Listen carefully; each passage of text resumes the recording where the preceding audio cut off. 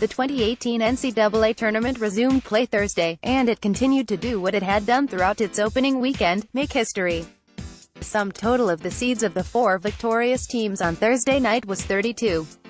That's the highest total for any single night of Sweet 16 play since the expansion of the tournament to 64 teams. Let's relive everything about how the latest helping of madness went down. Best game: 11, Loyola Chicago 69-7, Nevada 68, South. Who else? Every time Loyola Chicago and Nevada have taken the court this tournament, it's been can't-miss TV. Naturally, Thursday night was no exception.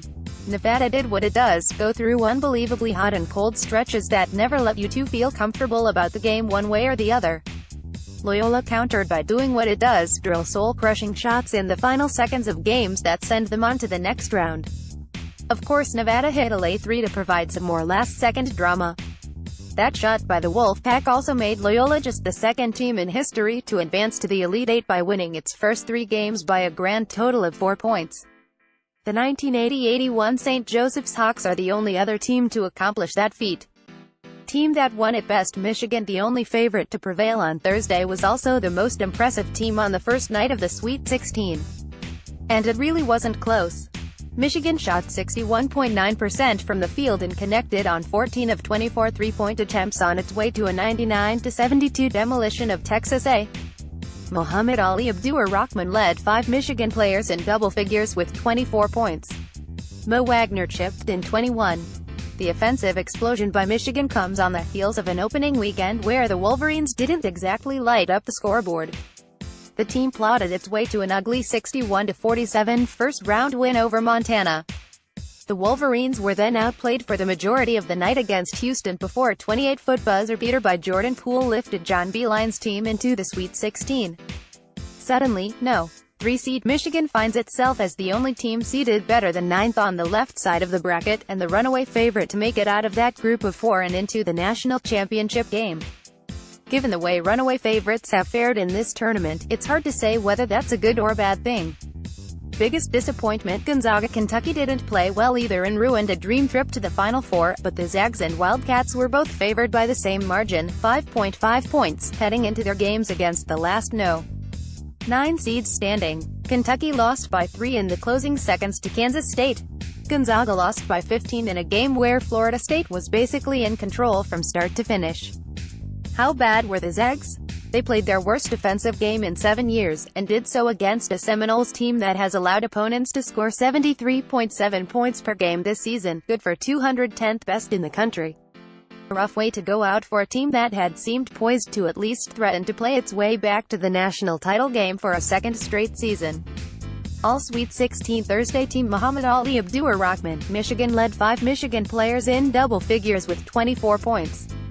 Xavier Sneed. Kansas State. Despite being hampered by foul trouble and eventually fouling out of the game, Sneed led K-State with 22 points and 9 rebounds.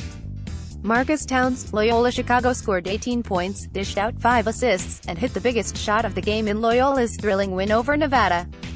Mo Wagner. Michigan was 8 of 12 from 3 and a perfect 3 for 3 from beyond the arc, finishing with 21 points over 30 minutes in Michigan's demolition of Texas A.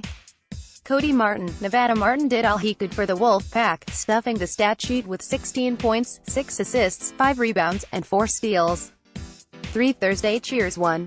Problem children. I'm not going to go into the full explanation of what a problem child is. You should have been reading I Can't Feed You Forever, Baby Bird. Okay, but basically a problem child is a team that's seeded 6 to 11. It's not a favorite, and it's not a Cinderella, it's just a middle-of-the-seed line team that wrecks everyone's bracket unexpectedly. After Thursday night's madness, in which 3 problem children advanced, we are now guaranteed to have a team seeded No. 7 or worse crash the Final Four for a 6th straight year. We're also getting our highest combined seed total for a regional final ever in No. 9 Kansas State versus number 11 Loyola Chicago. The Ramblers will be the first 11 seed in history that hasn't faced a number 1 seed in the Elite Eight. Loyola will also be looking to become the 4th No. 11 seed to play their way to the Final Four. Kansas State would become just the 3rd number 9 seed to play in a national semifinal. Unless their opponent is Florida State, in which case the teams would become the 3rd and 4th No. 9 seeds to make the Final Four.